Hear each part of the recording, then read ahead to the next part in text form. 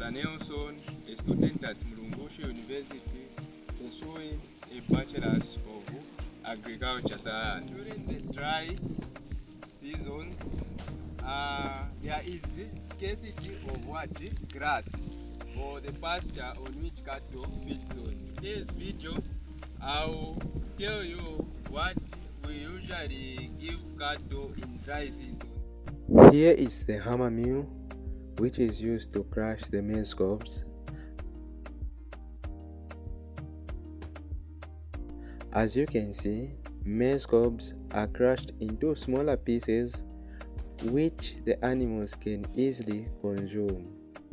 We also add some supplement to these grinded maize cobs, such as sunflower, which is rich in what? Proteins.